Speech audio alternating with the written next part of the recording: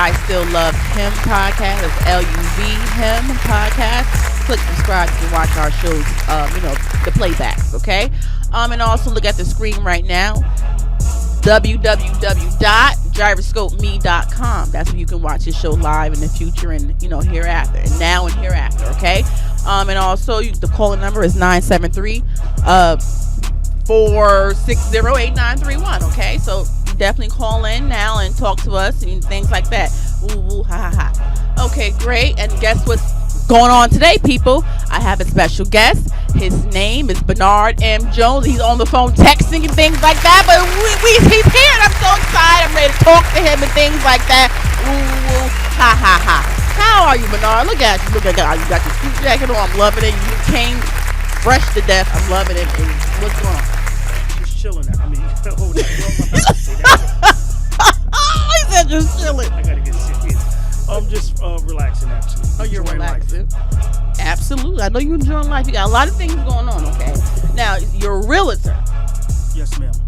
Talk about what is it? Premier Brokers Realty? Premier Broker. I am the only black agent there. Wow. I think hopefully I'll be the number one agent by the end of the year. That's what I'm talking about, accomplishments, okay? The first ever black agent there, or just the only one currently? The only one in the last 5 years. Wow. How did you make that happen? I'm about to say something, but I think I can't because I'm sure they're recorded. Oh, I'm sorry. Well, whatever. Listen, that's your job. You can't. Now, you also have a home health, some type of service? Let's talk about that. You own that. I own a home health agency. It started in Dumont. I was the 1% black business owner in the entire Bergen County. It's moving to Paterson, actually, in 15 days. It'll be located at 302 Broadway. And I'm teaming up with a really nice woman named Caroline Anderson. She's an African-American woman that owns an institution that helps get home health aides, CPNs registered, licensed, and she's teaming up. So if you attend her school, you're guaranteed a job at my facility, the home health agency. And hopefully in the next 40 days, I will be opening a counseling and rehabilitation center in 45 days that'll be located in Paterson as well. Oh, you're doing big things. Okay. I don't know. It's just, I think that the drive and ambition to win, kills me, and that's not a good thing. So it is what it is. What do you mean it's killing you? How is it killing you? It's a great thing. It's not a bad thing to have ambition and drive. That's what makes you keep... win. Sometimes you got to know when to hold them, and you have to know when to fold them. And I don't think at times I don't know when to throw the hand in. I just want to keep playing, and that's not a good thing. Now, do you think it's a high demand for home health aides right now? Yes, there's a really high demand, and for private pay, actually, due to the fact that so many people are sick. And a lot of people are sick and don't know how to go about getting that assistance and that help, that Medicaid, Medicare, different insurances to help them receive quality health care. Just not even in home health care, but just overall. I manage the largest medical center in northern New Jersey, the Paterson Community Health Center, for over 17 years. And that motivated me to start my own business because I knew a day would come where I would have to walk out and start my own thing and focus on me and my family. That's great. That's really impressive. Now, so that's the reason why you wanted to actually start the home health aid thing, based with the home health aid business. It was a gift to someone. I just want to leave that at that. I don't want to leave it alone. I don't want to touch that. I want to leave that alone. Okay. And it didn't go well, so I was stuck with it. That's just how it went. So you was doing realty all your life? I've done real estate for the last 5-6 years. Successful? Really, seriously, I manage over 3,000 units in Hudson County. Renting out for a developer in Clifton, where they pay me the commission for the client. And I only did that everything ties in. My hands are in everything because as a black man, being in America, you never know when you can lose your job or when it ends. And by doing that, you have to make sure you have a backup plan. Yes, you have a backup plan. You have a lot of backup plans. Now, you were a politician. I'm not sure. What are you doing with it now? Because I voted for you when you were running with Gal. You live in Paterson? Yes, I do. I voted for you when you're running with Gal, and I was so distraught when you guys didn't win. I actually like Gal and what he had going on, but it seems as though the community wasn't, together. The black community in Paterson. So, how did you feel about that situation? Because I was a little upset about that. I did make a statement the other day in reference to I think I'm the only black man, the only man in Paterson that has been able to get a seat at the table of every single nationality in the city of Paterson. And I do have receipts. Oh. So, and that's not a bad thing or a good thing. It's a new time. And I think the people was not ready, the African Americans are not ready for change. For an educated, successful black man to come to the forefront, to them it's scary. And now I'm probably a very well-liked individual, but I was the most hated black man in Paterson up until probably last year. While you were running, you think you were hated? Oh, they hated my guts, everybody. Why? I didn't think you did anything wrong. Like I don't like what the reason? Because you were being different. You have to be a think tanker, I think, and I think it's time for our black generation. Hold up, don't watch what you say. Just say it. I think the problem is that our previous generation dropped the ball and they never passed the baton on to the newer generation, and that's why you have in Paterson that high 80-something% illiteracy rate. You have a high about 150 kids dropping out of school every year. You have that 7.5% unemployment rate, and if you ask, is it with the Hispanics calculated in with the African Americans? No, it's a large majority of African Americans without jobs, and that's because they have been trained to want a relatable person to represent them and speak for them, and they never realized that a relatable person is just like you and using you for a come up. Absolutely. Ooh, that's smart. That's deep. That's like me telling a homeless man to find me an apartment. How's he gonna find me one? So why are you telling someone that's, no offense, jobless, that's too busy looking for handouts to represent you and speak on your behalf? Now, who are you talking about? Just people in general. Listen, I want to know because when you was running, or Torres won that.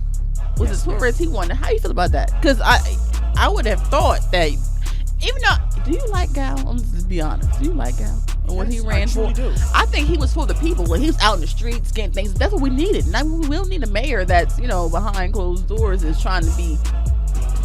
I think the situation with Gal, to be honest with you, I appreciate Gal because Gal introduced groups of people that probably would not have looked at me if I just would have ran as a black man. I would have been classified as just another black man. Well, people have to realize that you can't win elections with just a group of black people or a group of Dominicans or a group of Puerto Ricans. You have to be, it has to be you have to be accepted by a group of people. You need a little bit of this, and that was in my mind frame the entire time that I was going to be different. I was the first one that came out with Bengali and material, election material, Arabic information, all those different ethnic groups I tried to bring together to say, this is a new generation, a new individual that is about everyone. It's not closed-minded, and that was not, the people was not ready at that time. Are they ready now? With all that different people say they're ready, but I'm still afraid, and I think that's the only fear that I have, that they're still not ready. And would I waste my time running again and to fail again, knowing that I failed twice at something that had nothing to do with me, that had more to do with someone else? Yeah, as far as the people, we don't stick together as black people overall. We don't. We sell each other out. But when you have a group, like I do a lot of study, and like you said, you follow me on Facebook, and that's not me speaking because I want money, I want a job, because I'm never working for the city, never working for the state, never working for the county. I don't want to be on any boards. I don't want anything. Oh, so you doing this seriousness. Okay, when I ran for office, I financed my own campaign. I didn't take a dollar from anyone. Look at the electrical reports that are online. Wow. And that's not being cocky, but it's for the people to know that every black man ain't selling people out. Every black man doesn't have dirty laundry and secrets. Every black man is not trying to use the people. So I think that once a new group realized that we need new leaders, we need new black energy, new black strong men and women representing our people and motivating them. That's what we need, and we're not getting it. Because you think the Hispanics are taking over because they sit together? Yes. And I need to watch something, because I'm sure you follow me. Yes. All of my friends on Facebook are Hispanic. Yeah. They have opened the door for me. Okay. They have allowed me at tables. But at the end of the day, I'm still a black man, and I still push the black agenda every day, all day.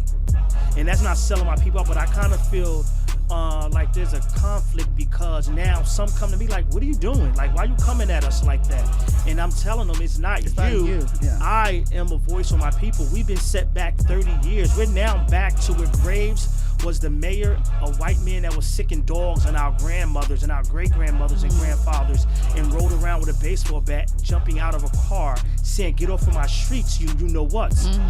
To now, we're now being almost enslaved to the Hispanic community that we work so hard to get a seat at the table, and we're not even allowed to sit at the table that we built, that our ancestors built. Yeah. And I think that, and I said to someone in a meeting today, you know, if anyone has a problem with me in the black community, instead of them saying, you know what, we need to sit him down and train him and mold him into what we want him to be, since he's out there speaking on behalf of black people. But they're not doing that. Their intimidation and their fear and their jealousy, I said it, of jealousy, me has said, I'd rather the city be destroyed, our community be destroyed, than us to come together and use this black man to motivate and move our people, since he has been allowed to sit at every table in every ethnic group. That's important, because a lot of people can't sit at every table. And they can't, and I don't beg to go nowhere. I get invited everywhere to advise people, to tell them what needs to be done, and I pick and choose. Like at one time I was like, yeah. No, I have to pick and choose, because at the end of the day, I tell people, just about every candidate has hit me up and said, I'm running for mayor, I'm running for this. I'm like, why are you telling me? I'm nobody. I can't even win an election. Like, no one likes me. Like, what you telling me for? But at the end of the day, I tell them, what are you doing for black people? Don't just say you running. Like, what programs have you developed? Why are our black men sitting on corners drinking outside the liquor store, instead of you bringing in economic development, bringing in programs and saying we need to get welding programs, real estate programs, mortgage insurance agents, basic jobs that'll take a black man 2 to 3 weeks to get his feet wet and off the corners. Because if they had opportunities, they wouldn't be on the corner selling drugs. They have no opportunity. Absolutely. You were right about that. And especially with the children, the education, they're cutting everything out now. It's No, they're like, not. they're not. They had a $560 million school board budget, probably more than that. The last time I looked at it, $560 million. If you look at the sheet, the first 10 people on the sheet make over $1 million. And then you're telling me you pay $370,000 to paint a building that you do not own? That's like me renting this house and decide I'm going to put a $3,000 kitchen inside of this house that I'm renting. And then the landlord said, get out. Wait. You just put that kitchen in there for nothing. So it's not, it's just the money is there. It's people stealing and robbing the system and robbing the city. Wow. Interesting. What do you think the big mistake Jeffrey Jones made as mayor? Is this being recorded? Yeah, this has to be recorded. I'm sorry. Jeffrey Jones is not, actually, Jeffrey Jones is the only black man that has ever come to me. And this is a quick story. And, I'm going to say it, I don't care now. I got time. I'm walking into City Hall, and he stops, he looks at me. He's like, are you Bernard Jones? I'm like, yes. He was like, I've been hearing about you. If you need anything, my doors are open. I said, oh, thank you so much. So then I end up seeing him at Mr. G's. I don't eat at Mr. G's. I just don't eat soul food. Right. I just started actually at Jimmy Jazz. I'm giving them a shout out. The food is magnificent. Yeah, I eat there like every day. Yeah, and I know you've seen that. So I'm in Mr. G's and he walks in and I'm like, hello, how you doing there, Mayor? And he goes, hi. And I said, can I say something? He says, sure. I said, don't take offense, but I need you to go to the office tomorrow. Mind you, I was nobody. I wasn't even the Bernard that I am today. I said to him, I need you to go to the office and I need you to fire your entire cabinet. Someone needs to be the sacrificial lamb. And once you fire your entire cabinet, go on TV and tell the people that you have heard their prayers and you have heard their cries. This was the second time I've ever met this guy. Okay. And this is what I told the mayor. I said, get in your car and drive around and get a security team of 15 police officers to ride behind you. Okay. And jump out of these streets and tell these people these are my streets. And I said some other things that I can't say here. And he said, I cannot do that because there will be so many lawsuits against this city that it would destroy the city.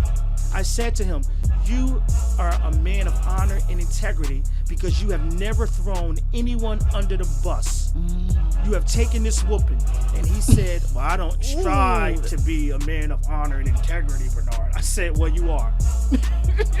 So with me saying that is what you're getting. You got a man that did not sell himself out to the system because as a mayor, he should have received more help than what he received. Okay.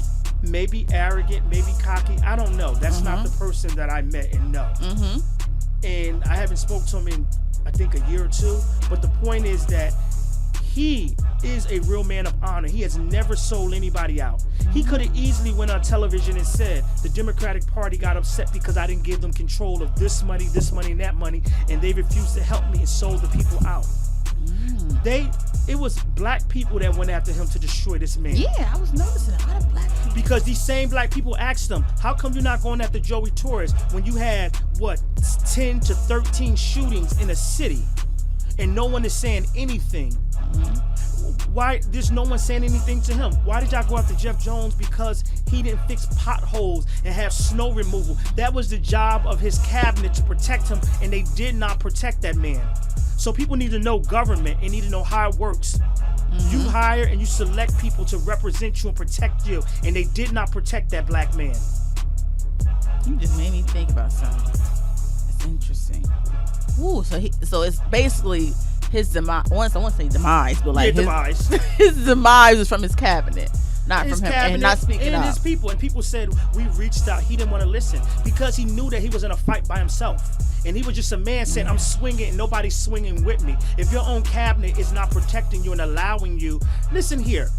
When that stuff went down with Joey Torres, and I like Joey, I call him Teflon Don. Why? Because he's tougher than Teflon, and nobody want to mess with him. Yeah.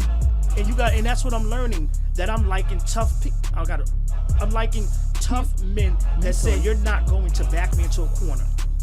So you think that's the reason why he won the second term? Because he was tough, or was it because of his support of his people? He was tough. He's tough. Then guess what? That will never happen with a black man. A black man could never do what he has done and get away with it, because we are our own worst enemies, and they would never allow it to take place.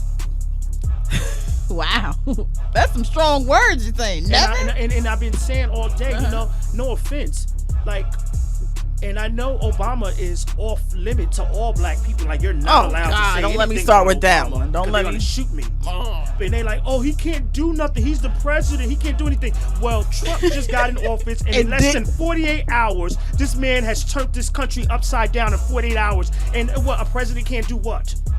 Why only a white man is allowed to do what he want to do? Bush came in office, started a war, treason.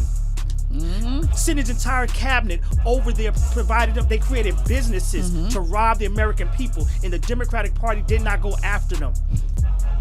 But the Republicans went after the Democrats over Clinton getting you know what. After Hillary emails, they have bullied the Democrats, and the Democrats need to stop using black people and playing on their emotions. Yes, they actually are using black people. Are you a Democrat? Let's be honest. Because I think I'm not Democrat or Republican. I'm in the middle right now. I'm trying to figure out what's going on, because there's a lot of shadiness going on. And also, Christie came in the office and turned things around too. He did a lot of turning around. Don't you? Do I have anything to say about that crook? No, I have nothing to say. You think he's a crook? Yeah, come on. It's like the Trump's got you. You He's set. Arrested his father, the son-in-law's father, and you advised him, and then he got in office. He fired you, so he showed you. He bullied you. Like, that's what he's been doing. And I almost like Trump because he's just a big bully, and I like that. He's going around stepping on people, and he got away with it because black people did vote, but I didn't realize there was so many Caucasians. They were hiding in little cracks and under trees, and they came out of nowhere for this election. Even though he lost by 3 million, but he's still they were waiting for this. This is their time. Racism still exists, and people kill me when they say, Bernard, you make everything about race issue. It is. It is. It is. It is about race. It's about race. White supremacy is alive and well. It's here. It is. It's about race. And you need to realize it. In the moment you realize, in the moment you hold black people accountable that have the power to say you have been elected to protect us and we're going to hold you to it, we will be much better. Steve Harvey in this Trump situation, how do you feel about that? When he supposedly, coming together to... I don't see what's wrong with it. You don't? You can't, no offense. What is that girl, Michelle? Chrisette Michelle. Everybody went crazy over her performing. But, what was it? Let's get it right. 8, 9, 10, 11, 12 years ago, before Kanye was considered crazy, Kanye stood on a podium and said, George W. Bush don't like black people. Nobody endorsed him, nobody backed him, nobody supported him. Why do you pick and choose? If she would have said, I'm going to give up $700,000 to perform because I'm fighting for my people, and would have went against him, why? You didn't even endorse this guy and almost killed his career, and he was speaking on behalf of black people. Now you're upset because these two blacks are trying to make money to feed their kids? Why do black people pick and choose when they think they can go against somebody? Ooh. That makes a lot of freaking sense. No, they pick and shoot.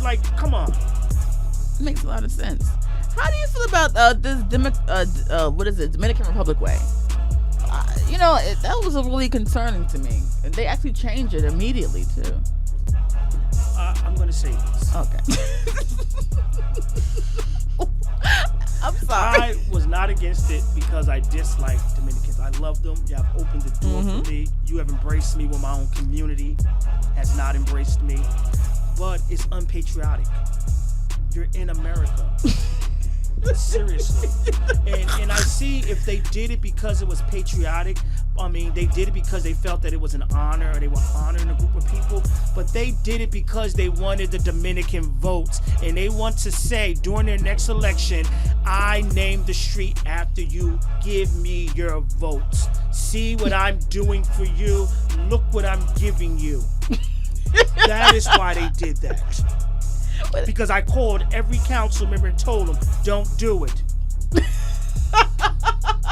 You called them personally? And somebody said, how dare you call me and tell me don't name a street Dominican Republic way, but you were walking in a parade holding a flag. Yeah, I was against it, and I was still asked to sit at the table. You went to John F. Kennedy High School. Yes. How do you feel about the situation with it now? As far as you think it's helping the kids? You think is that school better than what it was when you were there? No. You think it's worse? Cops. Yeah, cops are there. It's like a jail.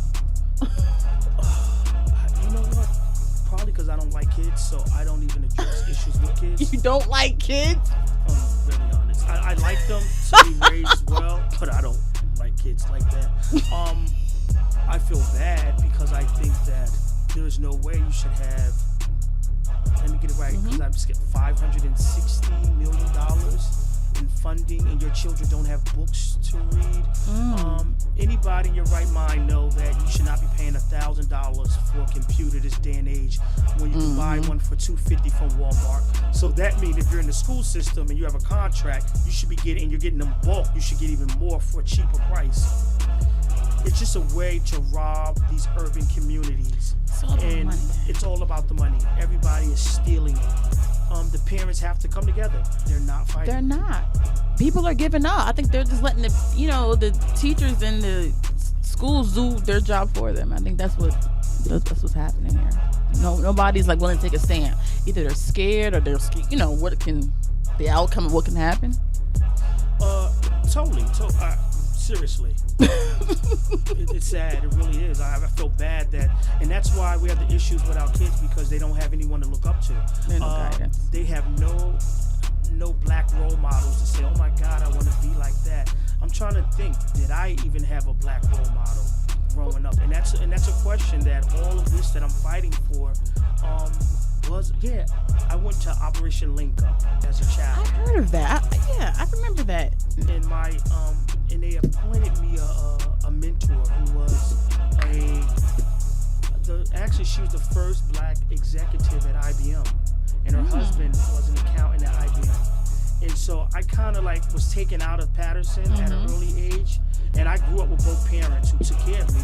But to be put into a positive and role where I traveled around the country, even with them, they took me. I spent summers at their beach house, and these were black people that lived in Franklin Lakes. So growing up, I wanted something different. I wanted out, even though I've moved back, and now I love it here. And people are like, "What are you doing there?" You're lying. I really love Paterson. Seriously. I understand, but they should have more programs like that. What happened to that program, Operation Link Up? That was a great program. My mom was a mentor to somebody from that program. And I don't know what happened to the girl, but that was a great. I just spoke to someone a while ago and told him that he should redevelop that program actually. But I think it comes down to finding strong individuals that want to really help the people and not about the money. And we have to find no offense, we have to find educated people. That have a job and have a good job, not just any job, and have some money saved up, because their agenda is not to hustle the people. And that's what we have. We have a lot of hustlers in Paterson.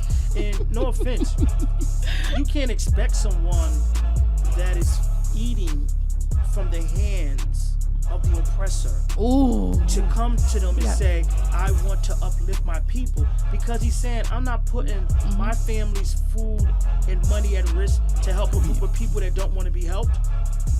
And that's the problem in Paterson. You have too many people eating at the table and begging for scraps that they're not going to really fight for.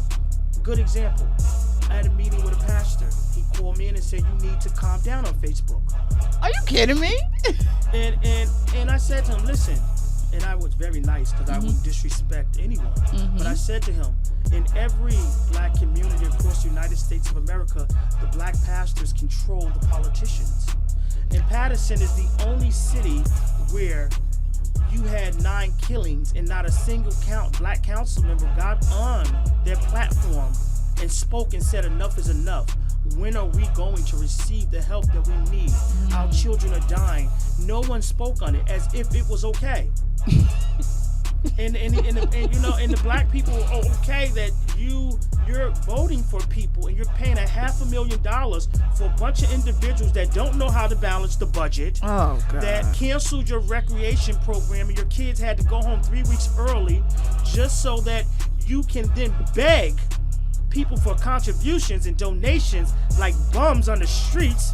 And then 3 months later they say we located $11 million in the budget. Where do you don't just locate $11 million in a budget. Ew, this is already there. I'm getting off the subject seriously. Next question. Okay, there are people from out of town coming into our town to feed the homeless. How do you feel about that? Inappropriate. It's inappropriate. You can't go to Wayne and set up a tent and start feeding Caucasians over there. And they need to take, no offense, you need to take all of your Caucasian little women and men that they drop down here straight in Navels and Evas. And then they get out the program after Evas then receive their funding, and then they're stuck on our streets on Broadway outside the largest library, prostituting and soliciting drugs and feeding the homeless. No, go. Back. Council should have created an ordinance that you're not allowed to come here and just feed anybody on the streets. You are so real. It's so so true though. Like seriously, I was riding by them, like they got grills out there, they got trucks, like No and they're only permits. doing that because they have said we're going to go there down to Paterson and we're going to feed the little poor people, and then we're going to apply for grant money, and we're going to say, look, see, we're providing to this need, and then they're going to get $2-3 million because they're helping the poor in Paterson, where if our programs like the Paterson Care, and I think there's another young man that feeds, I forgot his name, he feeds the homeless as well. He'll apply for the same grants and he wouldn't get it. So why are we allowing these people to come here and use us for the numbers? That's so damn good. Freaking good. So you think the pastors should, like every pastor, like church group in Paterson, just come together and start adopting schools and things like that and blocks to make a situation better? Because I think they have the money though. No. You don't think they have the money? No. Somebody's funding them. Yeah. The city. No, a lot of them are receiving funding from different daycare programs. That's how you get money from. You have a daycare school and you're getting that extra funding. But a lot of churches are empty in Paterson, a lot of black churches. When you only got 10, 15 members and you still have to pay electricity and heat, there's no money there. So you wonder why your churches are empty, because you're not doing right by the people. But there are churches that are packed and they're receiving a lot of funding. I'm not saying start a black revolution. What I'm saying is that we need to be a little smarter about just the way we do things, about getting the people together to say this is what is needed to uplift our community. I don't have a problem with no nationality coming into the city bringing tax dollars, but when our people are dying from drugs and diseases, no jobs, and it's making another generation bitter and miserable and not wanting to live and move forward, that is the problem that I have. Absolutely. Would you consider yourself religious? Very religious. I went to divinity school. No one knows that. And I did. And I showed university. I thought I was going to be a minister. I realized that many are called and few are chosen. And I was not a chosen one. And I knew that at an early age. And I wouldn't, I just don't play with the fakeness of pretending or being something that you're not. People out there, though, they pretend. There's a lot of preachers out here who pretend to be this holy thing. I don't think everyone can be true. Well, it's easy because I think a lot of church members, you don't touch their pastors. You can talk about their sons and their grandsons, but you talk about their pastors and all hell break loose. Are you single? You have a wife? No, I do. Actually. Like, no, I do. What's going on? What's going on? Yeah. Actually, it's because of people are crazy now, and I'm becoming very aware of crazy when you put yourself in the public's eye. Oh. So she's private. Because people go there and shop and start trouble, and it's a mess now. So I just leave it alone. Okay. Coming to her like, oh, can we get a donation for this? And oh, I know him, and my candidate beat him, and just like. It's just stressful. You have any kids? No, did I just tell you I don't like kids? So you don't want any kids? No, I don't want any kids. That's interesting. Business, politics, and personal life. Yeah, I'm going all over the place. I'm just trying to get to know you. This is me getting to know you. Enough about the politics. I'm gonna get back to that. No kids. You don't want any kids. Everybody. I literally work 14, 15 hours a day. And I had to cancel like 3 appointments to meet with you today. I love you. That's great. Thank you for that. No pun intended. Just wanted to say. Oh, okay. What is like the best advice you ever received from anyone? I don't know if I'm allowed to say this, but I'm going to tell, what is his name? Councilman of the 2nd Ward. What is his name? Khalif Shahid. His brother walked up to me 3 years ago. Okay. And I was in the brownstone at a party, and he says, I don't know you, I've been following you on Facebook, and I've stuck with this. He said, I've been following you, and to let you know, the people are not ready for you in Paterson yet. Your time will come. So I didn't just make that up and lie, because I just told you who said it to me, a Bengali. stopped me at a meeting and said, "You don't know me, but I know you, and they're not ready for you. Your time is not ready. This is not your time, but your time will come, and they will embrace you when your time gets here." So having said that, you will run again. You're not going to give up on the city, are you? I will run if I have something in particular, and that's it. What do you mean in particular? Like as far as office? Or like what do you mean like a seated? What? What in particular? Mayor? Like No, to be honest, I'll run if I have if I'm loaded. I've given myself, being honest with you. You're stupid. Yeah, if you got millions of dollars, you think? I will run, and that's what I've said. So I have approximately 1 year to get loaded to where I want to be, and that's not being nasty and cocky and arrogant. It is that I constantly want to bring the people something and say, I'm bringing you this. I'm not coming here empty-handed with nothing to use you for a come up. So that's what makes you different from any other I politicians? thought it would the first time. It didn't work. So this time, hopefully, I'm coming with even more than before. And it's not about giving, but the people have to say to themselves, what you're going to bring to us other than a turkey, a ham, and a $2 doll baby. You need to bring jobs. You need to bring something to our community. It's a lot of people that made it outside of past, like entertainers, football players, artists. They're not giving back as much as you would think. They have given so much, and people have used them and wanted more and more, so they just said, I want to be done. Where are they giving this money to? There's a lot of I know camps. I know a lot of people. I think they could have given more, and there's a way that you can give. But a lot of people have given in the city, and I know now because I'm involved with a lot of people, and they're just tired. They feel like you can't keep hitting the same individual up for a donation, a contribution, or for help. But then they like this summer, a football team tried to donate money. Is this getting boring, this conversation? Absolutely not. I'm sorry. They tried to donate money to raise for a football team to send them away. And I think that we should develop some type of fund that caters to all programs like that for kids, that we can just write a check for 20, 30, 50,000. But we need honorable people to oversee the money that won't steal the money. But it comes a way where we need to develop something like that for black people. We should not have to have our teams and our kids begging for money to go to a championship game. It is our job to come together and say, we need to now say to every African American in this city, if it's 80,000 people, we need you all to give $1 or $2. You're now at $160,000 versus going to the same person saying, hit me up with 5,000 or 10,000. That person feels like they're being used, but you have it and we need it. So by getting everyone involved, you now get more brought to the table because everybody's a part of it. That makes sense. That definitely makes sense. This Caucasian woman said to me weeks ago, I'm not going to say who she is, but she told me that the only way that Paterson can be great if they remove everyone that's in office right now and get people from outside of Paterson to run it. How do you feel about that? I agree with her. She said that will make everything better. Everyone. Why?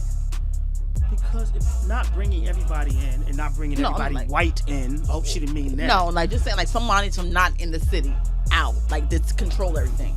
Who's not from Paterson, from Clifton or not Clifton. I agree with. I do agree with her. To be honest with you, I speak. A lot of my friends are really successful, really beyond, and they upset with me. Why are you doing this?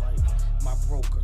I have another best friend, Reggie, who is a multimillionaire, 34 years old. My best friend, Judge Newton, the first black female judge in northern New Jersey, the first black woman appointed to judgeship in Paterson. She developed the what is that program? Domestic violence. She created that. When a woman is beaten and you go to court, my best friend is the one that developed that. Those houses on Pearl Street, those row houses, she funded $1 million of her own money, her and her brother, so that black people can know ownership. She built those back in the 80s. So these are people that I talk to and listen to and take information from and digest it. And what I'm saying is that there are intelligent African American people. The only problem is that once they graduate and they become successful, they leave. They don't want to fight with the snakes and thieves in the city. So that leaves us with a lot of snakes and thieves, because the average person making 90, 100, 150 black that made it out of the hood does not want to go back to the hood. That's true. So then we're stuck with it. So it's all about now molding a newer generation to step forward and get rid of that old trash. No offense, there's individuals that can't speak African Americans that cannot speak a lick of English. I'm like, this is who you want your children to look up to? This is who you're doing them a disservice. I'm not even, like, you'll see me in meetings and council, and I'm holding my head down, like, embarrassed at what is coming out of individuals' mouths. Are you kidding me? And that's not being cocky, arrogant, or snobbish. It really isn't. It is, we're in a different time. And it's time for us to encourage and motivate. They asked me to speak at a college this weekend.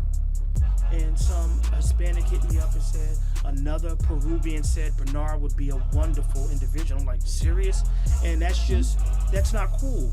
That they're constantly reaching out to me, helping me, bringing me to the table, where my own people won't even invite me to an event.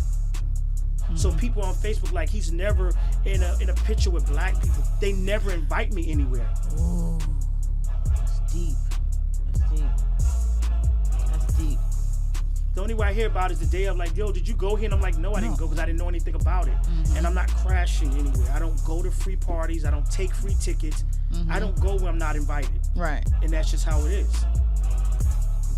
What is, like, the most difficult thing you had to deal with as far as being in this type of politics?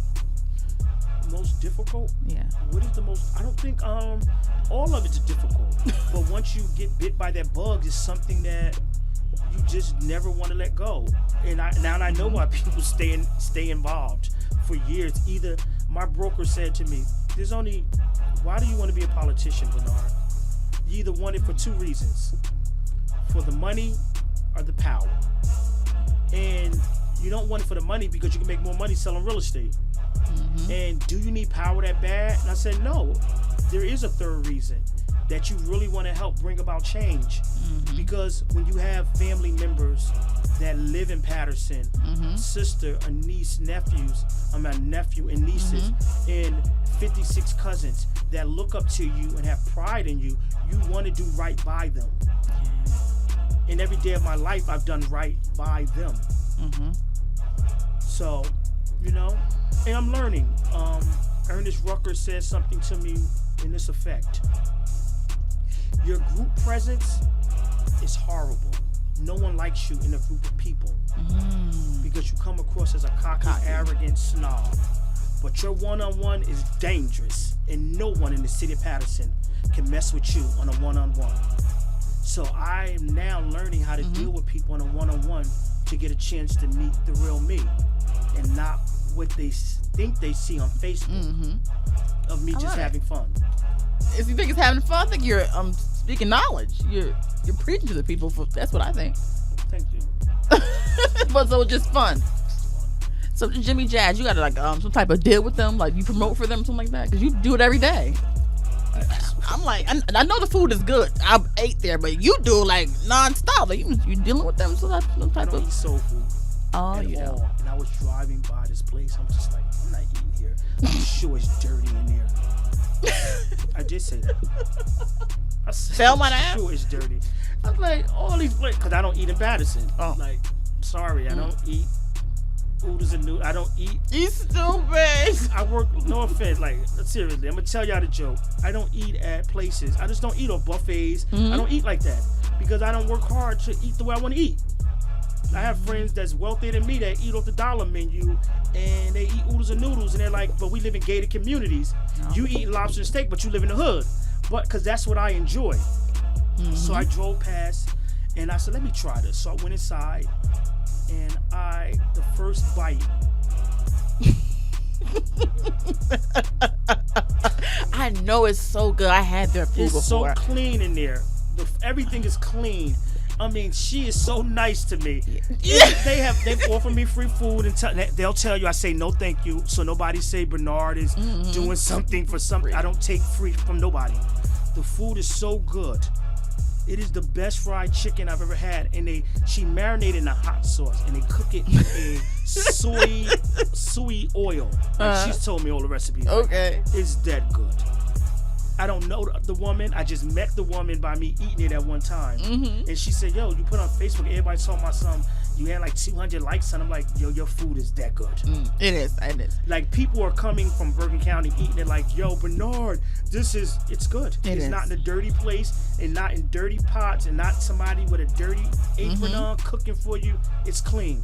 And to give the food away at the end of the day. She told me. Actually, she doesn't even reheat food. Like I went the other day, like, yo, you don't have anything left over? She's like, we don't serve leftover food because it has bacteria. I'm like, shut up. That means everybody got bacteria in their refrigerator for me left, and I don't even eat leftover. It's that good. Wow. And I'm not on the payroll. I don't own any parts of it. I'm really about supporting black businesses, especially when they are on the up and up. That's and she what's is. up. Yeah, she definitely is. She definitely is her business? It's hers by herself. I didn't know it was just by herself. Oh, that's She's interesting. there every day. Yeah, I see her, only her. I thought in the morning, like when I wake up at 10 in the morning, I want to eat. I'm like, I have to wait till 1 o'clock for macaroni and cheese. Are you kidding me? Like she makes it fresh every day. That's great. That's what it's about. That's why it tastes so good. Because it's I've fresh. eaten every day for 3 weeks. I went from eating out at Cheesecake at all these different restaurants to eating Jimmy Jazz every day. It's crazy that my doctor was like, chill. Shout out to her. I don't know her name. What's her name? Kia Smith. Kia Smith. Shout out to you. I have 2 questions for you before I close out the show. You ready for them? Yes, ma'am. Who would you consider to be your hero? My mother. Why? Because she told me you could be anything you want to be in life. Just have respect for yourself. And she has been my #1 champion. I remember my dad died, and we're from the hood. And I went back to school. I came home, took a break, a semester off, and when I left, she gave me a blank check. And we don't have money. I ain't from money. Wow. And she said, just go to school and take care of that. And I think every day of my life, everything I do is so that I can leave a legacy and leave money for her and my sister, because they have made me who I am today. Everything that I am is because of them too. Well, there we have it, because that was my next question. What would be your legacy? And you said it. My legacy is really to leave. I'm going to own a luxury hospice center within the next 5 years by myself, and I'm going to leave something for my family to fight over, and may the best one win. And that's what I want. That's what I want to do. Straight up white man on them. You want it? Y'all fight for it. Go for it. I love it. You know what? I didn't even get to my sponsors. I'm going to get to my sponsors. I totally forgot about them. This show is sponsored by American Income Life Insurance. Basically, it's life insurance protection from hardworking American families. The calling number is 973-444-7993. The contact is Scott Harris, okay? Do you have life insurance? You have life insurance? Yes, I do. That's great. So you don't need Scott's information, okay? Thank you for coming. It was a great talking to you. I like your energy. And you're very, very well spoken. You're highly intellectual. Thank you so much. I was nervous. I was about to say, where's the wine? Most places I go to, they give me some wine. Well, you should have told me. I didn't think you wanted anything, because I usually get drunk. Well, not drunk. I'll get a little tipsy before my shows, but I decided not to today, and out of respect. But thank you. Thank you. You're welcome. I really enjoyed you. I wish you the best. I wish you the best. You're going to be great. You're already great. It's all right. It's already great. Thank you ever so much. God is good. Oh, God is great. Until next week, people, I love you all. You did good. Thank you. You're great. You really are great. Thanks a lot. God bless. God bless.